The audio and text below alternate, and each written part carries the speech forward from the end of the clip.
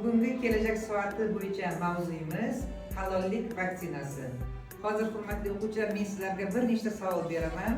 Sizlarning bergan javoblaringizga qarab, ushbu mavzu bo'yicha tushunchalaringni aniqlab olaman. Halollik vaksinasi deganda nimani tushunasiz? Bu insonning ichki vijdoni, tarbiyasi va har qanday vaziyatda hech kim ko'rmayotgan bo'lsa ham adolatli bo'lish qobiliyatidir. Nima uchun halollikni aynan vaksina atamasi bilan bog'lashadi? Chunki vaksina tanali kasalliklardan himoya qilgani kabi halollik ham jamiyatni ma'naviy inqiroz, yolg'on va korrupsiya kabi viruslardan asraydi. Insonda halollik hissi qachon va kimlar tomonidan shakllantiriladi? Bu jarayon go'daklikdan oilada boshlanadi.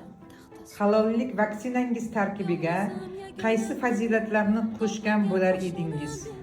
Men har doim ovqatdan oldin qo'l yuzlarimni sovunlab yuvaman va ertalab tishlarimni yuvaman.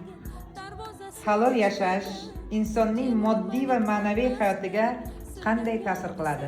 Halol yashash inson moddiy barqaror va ichki tinchlik bag'ishlaydi.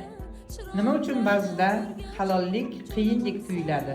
Chunki halollik insonning o'z nafsiga qarshi turishini va qisqa muddatli foydadan voz kechishini talab qiladi, lekin uzoq muddatda faqat halollik insonni haqiqiy hurmat, xotirjamlik va barakaga olib keladi.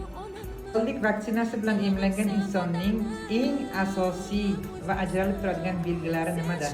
Bunda insonning eng asosiy belgisi so'zi bilan ishi bir xil bo'lishidir. U nafaqat odamlar oldida, balki yolg'iz qolganda ham o'z tamoyillariga sodiq bo'ladi va vijdoniga xilof ish qilmaydi.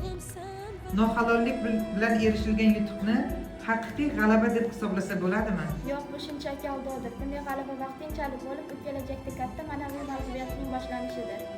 Texnologiyalar halollikni o'rnini bosa oladimi? Texnologiya faqat tashqi nazoratni ta'minlaydi. Haqiqiy halollik insonning ichki vijdoni orqali bo'ladi.